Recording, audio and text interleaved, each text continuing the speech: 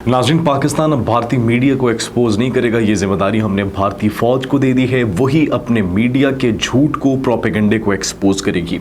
वही हुआ जिसका डर था। नाज़रीन, हमने आपको बताया था कि भारत कोई शरारत करने की कोशिश कर सकता है और कल रात वही हुआ। 12 से 14 मिनट तक फायरिंग की गई भारतीय मीडिया पर। यह खबरें इस वक्त जो है आग की तरह तेज़ी से फैल रही हैं और ये कहा जा रहा है भारतीय मीडिया की जानिब से कि पाकिस्तान ने इश्तियाल अंगेज़ी की थी और सीज़ फायर की खिलाफ वर्जी की थी। दूसरी जानिब भारतीय फ़ौज कुछ और कह रही है। भारतीय फ़ौज और भारतीय मीडिया आपस में एक दूसरे के मद्दे मुकाबिल आ चुके हैं।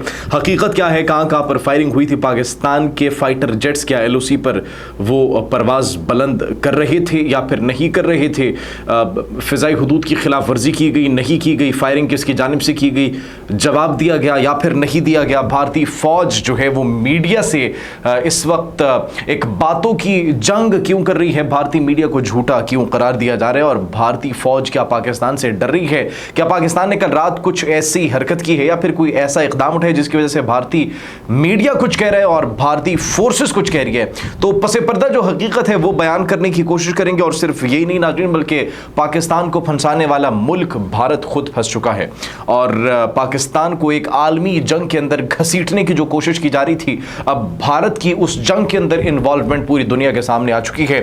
और भारत ने भी दबाव में आकर कोई फैसला करने से इनकार किया, बल्कि भारत ने भी अपना ब्लॉक कायम कर लिया है और एक नई सुपर पावर को चुनने के लिए काम शुरू कर दिया है। भारत के अमेरिका से रवाबित खत्म होते चले जा रहे हैं। भारत ने अमेरिका को छोड़कर किस मुल्क की तरफ जो है वो झुकाव किया है, किस मुल्क के जाकर पैर पकड़ लिए हैं, ये भी आपको बताएंगे। और सिर्फ ये नहीं नाज़रीन, बल्कि मोदी सरकार का कश्मीर में एक मंसूबा, वहां पर उसको टेक ओवर करने का, मकबूजा कश्मीर को मजीद वहां पर जो है इंतशार फैलाने का एक मंसूबा था, वो बेनकाब हो चुका है और नाकाम भी हो चुका है। नाकाम किसने किया?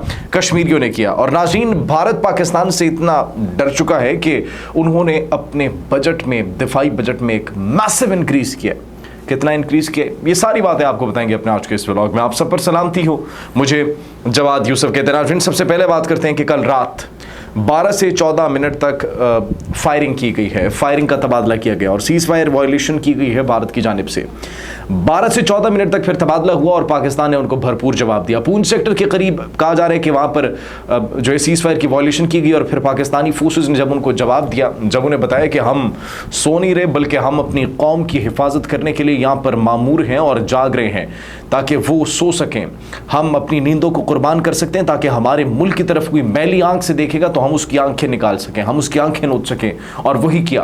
पाकिस्तान आर्मी ने फिर जब जवाब दिया तो भारत के कमांडर्स और उनके आला हुक्काम की जानिब से वहां पर रोक दिया गया उनके सिपाहियों को, उनके फौजियों को कि ये क्या हरकत करने की कोशिश कर रहे हो। अभी ऑपरेशन सिंदूर में जो शिकस्त हुई उसकी एम्बैरसमेंट को ख़त्म नहीं कर पाए और अब एक और एम्बैरसमेंट हासिल करना चाहते हो, एक और एम्बैरसमेंट लेना चाहते हो पाकिस्तान से। तो उसलिए फिर नाज़रीन भारतीय फौजियों को रुकना पड़ा और वो जो सीज़ फायर वायलेशंस की गई थी उनकी जानिब से, फिर उनकी तोपें जो हैं, उनकी गन्स जो हैं, वो पाकिस्तान ने किस तरीके से खामोश की, ये बड़ा एक ज़बरदस्त और एक बड़ा मौसर और बड़ा एक भरपूर और मुकम्मल जवाब दिया कल पाकिस्तानी फोर्सेस ने। नाज़रीन, अब भारतीय फौज और भारतीय मीडिया आमने सामने हो चुके हैं। भारतीय मीडिया कह रही थी कि पाकिस्तान की जानिब से फ़िज़ाओं में परवाज़ें भी बुलंद की गई, फ़िज़ाई हुदूद की खिलाफ वर्जी भी की गई, बिला इश्तिआल फायरिंग भी की गई। अब देखें, आगाज़ किसने किया? भारत में। इल्ज़ाम किस पर लगा रहे मीडिया? पाकिस्तान पर। पाकिस्तान पर खैर ये इल्ज़ाम लगाया गया सोशल मीडिया पर, मुख्तलिफ चैनल्स पर। यह कहा गया कि तैयारे परवाज़ कर रहे हैं, बिला इश्तिआल फायरिंग की गई है। लेकिन भारतीय फ़ौज जो है वो मैदान में उतरती है। भारतीय फ़ौज मैदान में उतरती है और ENI सरकारी न्यूज़ के ज़रिए इन तमाम तर ख़बरों को फ़ेक न्यूज़ करार दिया जाता है। और सिर्फ यही नहीं नाज़रीन, बल्कि उन्होंने इस बात की भी तरदीद की कि फ़िज़ाई सरगर्मी कोई हुई है। उन्होंने कहा कोई फ़िज़ाई सरगर्मी नहीं हुई, न फायरिंग हुई है, न पूंछ सेक्टर तबाह हुआ है, ये तमाम तर मनगढ़ंत और अफवाहें हैं। अब भारतीय फ़ौज अपनी मीडिया के झूठ को, प्रोपेगेंडे को खुद एक्सपोज करने लग गई है, लिहाजा पाकिस्तान की अब ज़रूरत नहीं है, हम उन्हें एक्सपोज नहीं करेंगे। भारतीय फ़ौज और भारतीय मीडिया एक पेज पर नहीं है, वो आपस में एक दूसरे के साथ डिसाइड कर लें कि आखिर हकीकत क्या है, उसके बाद हम बात करेंगे। लेकिन हकीकत जो थी वो हमने आपको बताई कि भारत ने कल पाकिस्तान की तरफ अपनी तोपों का रुख किया था और मोदी सरकार ने अपनी इज्जत को बहाल करने के लिए ऐसी कोई शरारत करनी है, ये हमने आपको पहले ही बताया था। पहले दिन से हम आपको कह रहे हैं कि जो प्रैक्टिसेस की जा रही हैं, ये जो सीरीज ऑफ इवेंट्स, ये जो हो रहे हैं इससे हमें एक ही बात नज़र आ रही है कि माजी में जब ये हुए थे तो भारत ने कोई मिस एडवेंचर किया था और अब वो फिर से ये करने की कोशिश कर रहे हैं, लेकिन हमने उनको जब जवाब दिया तो वो खामोश हो गए। भारतीय अफसरों की जानिब से, कमांडरों की जानिब से उनको अहकामात दिए कि नहीं भाई ये पंगा ना लो, इनके साथ मामला ख़राब हो सकते हैं। और फिर भारतीय मीडिया ने जब ये खबर चलाई तो फिर भारतीय फ़ौज ने उसकी तरदीद कर दी और कहा कि नहीं भाई ऐसा कुछ नहीं है, ये झूठ है, कोई खिलाफ वर्जी नहीं की गई, कोई फ़िज़ाई सरगर्मी नहीं की गई, क्योंकि शायद वो डर गए थे कि अगर ये मंजर-ए-आम पर आ जाती हैं चीज़ें तो फिर हमें अपना नुकसान भी ज़ाहिर करना होगा, या फिर शायद वो इस चीज़ को खुफिया रखना चाहते थे। खैर इसके पीछे उनकी क्या मनसूबाबंदी, क्या प्लानिंग थी, क्या प्रोपेगेंडा था, वो तो हम अब भारत पर खुद छोड़ते हैं, क्योंकि भारतीय मीडिया और भारतीय फ़ौज एक दूसरे को कैसे जस्टिफाई करेगी अब वो दोनों जाने, हमें कोई सरोकार नहीं है इससे। लेकिन नाज़रीन एक और अहम खबर यह है कि भारत जो कि पाकिस्तान को फंसाने की कोशिश कर रहा था, भारत अब खुद बुरे तरीके से फंस चुका है। भारत का हम जिक्र इसलिए करें नाज़रीन क्योंकि हमने आपको बताया था कि यूक्रेन और रूस की जो जंग है उसमें पाकिस्तान को ज़बरदस्ती शामिल करने की कोशिश की गई थी, ताकि रूस जंग में जो अमेरिका ने भारत पर पाबंदियां लगाई है तेल की ख़रीदारी पर, वो पाकिस्तान पर भी आयद हो सके। पाकिस्तानी दफ्तर ख़ारजा के तर्जुमान ने उन तमाम तर बातों की तरदीद की कि किराए के फ़ौजी की जो बात की थी यूक्रेनी सदर ने कि किराए के फ़ौजी हैं, कुछ चीन के हैं, कुछ पाकिस्तान के हैं, अफ्रीका के कुछ ममालिक हैं। पाकिस्तान ने तरदीद कर दी। अब पाकिस्तान ने तरदीद की, लेकिन भारत अब खुद जो है उस प्रोपेगेंडे में फंस चुका है। जी हाँ नाज़रीन, वो प्रोपेगेंडा, वो झूठ जिसमें पाकिस्तान को धकेलने की कोशिश की जा रही थी, भारत किस तरीके से फंस चुका है। भारत इस तरीके से नाज़रीन फंस चुका है कि भारत के कुछ जो पुर्जे हैं, इलेक्ट्रॉनिक वॉरफेयर का जो कुछ सामान है जो ड्रोन्स के अंदर इस्तेमाल होता है, रूसी ड्रोन्स के अंदर, वो मंजर-ए-आम पर आ गया है। जी हाँ नाज़रीन, रूसी ड्रोन्स में भारतीय पुर्जे वो पाए गए हैं। अब वो ड्रोन जो था रूसी, बड़ा एक ख़तरनाक ड्रोन है शाहद 136, इसमें ये पुर्जे पाए गए हैं। अब सवाल ये किया गया यूक्रेन की जानिब से कि ये भारतीय पुर्जे रूस में क्या काम कर रहे हैं, इनको किस रास्ते के थ्रू रूस तक पहुंचाया जा रहा है, इनका क्या काम है। भारत का फिर एक गैर जानिबदाराना जो मौक़िफ़ है वो उसको जस्टिफाई करे कि नहीं भाई हम जंग में नहीं शरीक, हम नहीं कर रहे, हम कुछ भी नहीं कर रहे, हम ये जो अमेरिका की जानिब से हम पर तिजारती टैरिफ और इजाफी टैरिफ लगाया गया है ये गैर मुनसिफाना है। तो भारत एक जानिब ऐसी स्टेटमेंट्स दे रहे हैं तो दूसरी जानिब ये रूसी ड्रोन्स के अंदर भारतीय पुर्जे, इसका क्या मकसद हो सकता है। तो वो प्लॉट जो कि पाकिस्तान को फंसाने के लिए तैयार किया गया था, भारत उसमें खुद फंस चुका है, भारत उस दलदल में खुद दब चुका है। सिर्फ ये नहीं नाज़रीन, बल्कि ट्रंप की धमकियों से जो भारत परेशान था, अब उन्होंने रूस के जाकर पैर पकड़ लिए हैं। रूस के पैर नाज़रीन इस तरीके से पकड़े हैं कि भारत के अजीत डोवल जो है वो मॉस्को पहुंच चुके हैं।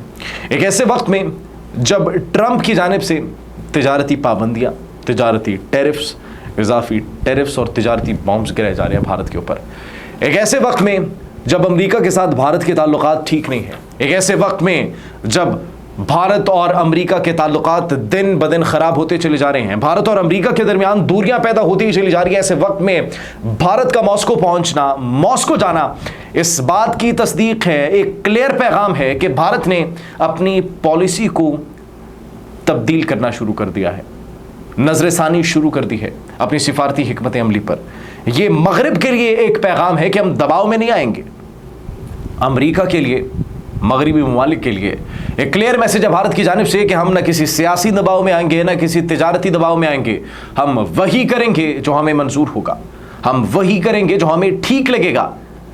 अमेरिका के साथ ताल्लुकात को ठीक करने के बजाय रूस पहुंच रहे हैं, मतलब भारत ने फैसला कर लिया है कि वो किसी दबाव में नहीं आएगा और वो अपनी पॉलिसीज़ को ख़ुद तरतीब देगा। अब देखना ये है कि ट्रंप क्या इक़दाम उठाएंगे।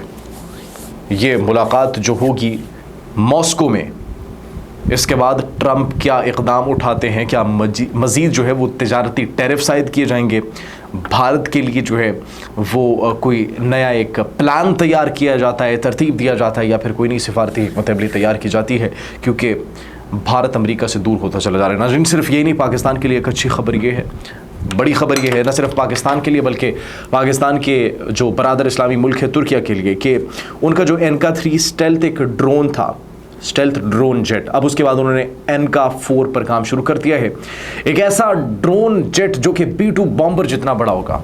बड़ी खुशाइंद बात है, डेवलपमेंट है, अच्छी बात है और ऐन मुमकिन है कि पस पर्दा इसकी भी डील हो चुकी हो, क्योंकि पाकिस्तान तुर्किया के साथ ऑलरेडी बहुत से दिफाई प्रोग्राम्स में जो है वो इश्तराककार कर रहा है और उनकी बातचीत चल रही है पाकिस्तान की तुर्किया के साथ। और फिर पाकिस्तान के chief of the naval staff को जब तुर्किया बुलाया गया और उनको तुर्किया के आला तरीन जो एजाज़ है उससे नवाजा गया, तो नाज़रीन ये इस बात का सबूत है कि दोनों ममालिक के दरमियान काफ़ी मामलात पर, दिफाई मामलात पर डील्स हुई होंगी, जिनके अंदर एक ये भी शामिल हो सकता है। नाज़रीन अगर ये पाकिस्तान को मिल गया तो फिर भारत बचने वाला नहीं है। नाज़रीन मोदी सरकार ने कश्मीर में एक मनसूबा बनाया था जो कि नाकाम हो चुके। यौम इस्तेहसाल कश्मीर पर मोदी सरकार ने भारत के वो जो एक इंतहा पसंदाना सोच है उसको मद्देनज़र रखते हुए वहाँ पर पाबंदी लगाई थी एहतजाज पर, वहाँ पर पाबंदी लगाई थी लोगों को झुंड में इकट्ठा होने पर और वहाँ पर जो है उनकी बुनियादी जो उनके हकूक़ हैं उसको सलब करने के लिए इक़दाम किए थे। लेकिन सब के बावजूद जो उन्होंने पुलिस फोर्सेस वहाँ पर तैनात की थी, फ़ौजी तैनात किए थे, उस सब के बावजूद अवाम की एक कसीर तादाद वहाँ पर निकली और अपने हक़ के लिए उन्होंने आवाज़ बुलंद की है।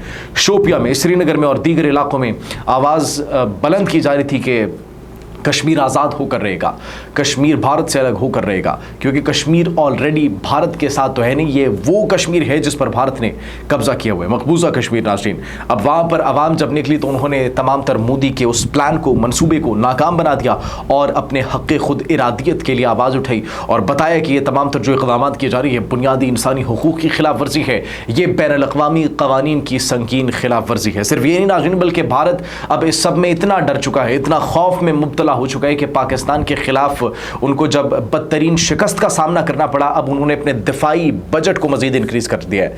67,000 करोड़ भारतीय रुपए उन्होंने इंक्रीज़ किए अपने दिफाई बजट में। इसके अंदर वेपन्स की अपग्रेडेशन होगी, नई डील्स होंगी और नए प्रोग्राम्स पर, दिफाई प्रोग्राम्स पर जो है वो काम शुरू कर दिया जाएगा। लेकिन ये जो पाकिस्तानियों का आज़म है, ये जो पाकिस्तानियों का हौसला है, ये आप कभी भी गिरा नहीं सकते, तोड़ नहीं सकते। ये कल आपने एक मिसहैप करने की, एक मिस एडवेंचर करने की जो कोशिश की, उसके बाद आपकी तोपों को जिस तरीके से, आपकी बंदूकों को जिस तरीके से खामोश किया गया, आपको अंदाज़ा तो हो गया होगा। और अब हमने आपको एक्सपोज करना भी छोड़ दिया, क्योंकि अब आपकी फ़ौज खुद आपको एक्सपोज करेगी। फिल वक्त इतना ही नाज़रीन, आपको हमारी वीडियो कैसी लगी कमेंट सेक्शन में अपनी कीमती राय से ज़रूर आगाह कीजिएगा। अपना बहुत ख्याल रखिए। अल्लाह निगहबान।